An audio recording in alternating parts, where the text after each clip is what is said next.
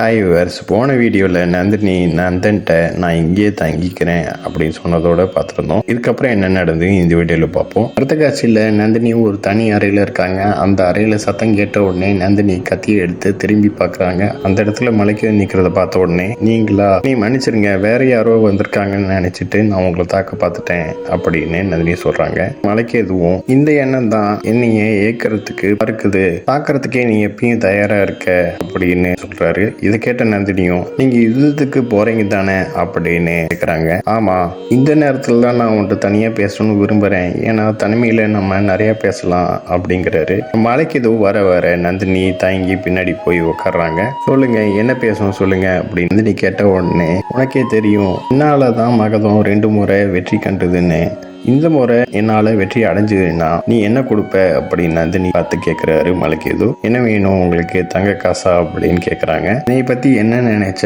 நான் செல்வத்துக்காக தான் இந்த போர்ல நான் பங்கேற்கிறேன்னா, நான் செல்வத்துக்காக எல்லாம் இந்த போர்ல கலந்துக்கல, நீ என்னைய திருமணம் செஞ்சுக்கிறதுக்கு எந்த மறுப்பும் சொல்லக்கூடாது அப்படின்னு மலைக்கே சொல்றாரு. மலைக்கேது பேசுறது ஒவ்வொரு விஷயத்தையும் கேட்க முடியாத நந்தினி சட்டுன்னு எந்திரிச்ச உடனே, மலைக்கேது என்னோட விருப்பம் எல்லாம் உனக்கு பேராசையா தெரியுதா அப்படின்னு கேட்கிறாரு. இதை கேட்ட நந்தினி, இல்ல, இந்த போர்ல உங்க மூலியமா வெற்றி கிடைச்சா நான் திருமணத்துக்கு எக்காரணத்து கொண்டு மறுக்க மாட்டேன் அப்படிங்கிறாங்க. என்னோட தந்தைக்கு யுத்தத்தில் வெல்றது சுலபம் தான், ஆனா மீண்டும் போர் நடத்துறத நிறுத்தணும்னா அதுக்கு உங்களோட உதவி தேவை, அவரோட எந்த தேவைக்காகவும் நான் உதவி செய்ய தயாரா இருக்கேன் அப்படின்னு நந்தினி சொல்றாங்க. இதை கேட்ட மலைக்கு எதுவும், ரொம்ப சந்தோஷம், நீ எனக்கு வாக்குறுதி கொடுத்த மாதிரி நானும் உனக்கு ஒரு வாக்குறுதி கொடுக்குறேன், இந்த போருக்கான வெற்றி நம் பக்கம் அப்படின்னு சொல்லிட்டு அந்த இடத்த விட்டு போறாரு. அவர் போன உடனே நந்தினி, என் தந்தைக்காக நான் எதையும் செய்வேன் அப்படின்னு சொல்றாங்க. அடுத்த காட்சியில போர் நடக்கிற இடத்த காமிக்கிறாங்க.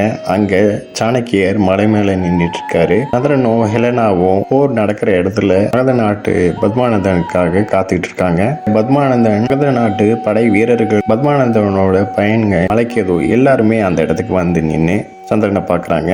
இதுக்கப்புறம் சந்திரனுக்கும் வாழ்க கோஷமும் நந்தனுக்கும் வாழ்க கோஷமும் போடுறாங்க. நந்தனும் சந்திரனும் நேருக்கு நேரு குதிரையில வந்து நிக்கிறாங்க. அவங்க வந்து நின்ன உடனே போருக்கான விதிமுறையை பத்தி ஒருத்தர் வந்து சொல்றாரு. சங்கு சத்தம் கொடுத்த உடனே தான் போர் ஆரம்பிக்கணும், காயமடைஞ்ச வீரர்களை அந்த இடத்த விட்டு கூப்பிட்டு போறதுக்கு நீங்க அனுமதிக்கணும், காயமானவங்களை அந்த இடத்துல இருந்து தூக்கிட்டு போறவங்களையும் காயமானவங்களையும் நீங்க தாக்கக்கூடாது, சூரியன் அஸ்தமான போர் புரியக்கூடாது அப்படின்னு போருக்கான விதிமுறையை ஒருத்தர் சொல்றாரு. அவர் சொல்லிட்டு இருக்கிற நேரத்திலேயே சந்திரனும் நந்தனும் ஒருத்தருக்கு பார்த்து முறைச்சுக்கிறாங்க. 2 முறையும் நீ பொறுத்து கொடுத்து அந்த இடத்த விட்டு ஓடி போயிட்ட, ஆனா இந்த முறை நீ ஓடி போக விட மாட்டேன், நீ இந்த தடவை தோல்வி அடைஞ்சிருவ அப்படின்னு நந்தன் சந்திரனுக்கு எச்சரிக்கை கொடுக்கிறாரு. இந்த தடவை உன்னைய நிச்சயமா தாக்கி கொண்டு வருவேன், உன் தந்தை சூரியகுத்தரை என் கையால தான் கொன்னேன், என்னைக்கு அவரை நான் கொன்னனும் அன்னைக்கே உன்னோட மரணமும் எழுதப்பட்டுருச்சு அப்படின்னு நந்தன் சொன்ன உடனே சந்திரன் ரொம்ப கோவப்படுறாரு. உன்னோட தந்தையை நான் எப்படி கொன்னேன்னு தெரியுமா, அதே மாதிரி உன்னையே தாக்குவேன்னு உன்னோட தாயிட்ட நான் சொல்லிட்டு வந்திருக்கேன், உன்னை தாக்கணும் உடனே உன் தாயையும் தாக்கிடுவேன் அப்படின்னு சந்திரன்ட்ட நந்தன் சொல்லிட்டு இருக்கிற போதே சந்திரன் ரொம்ப கோவப்பட்டு கத்துறாரு.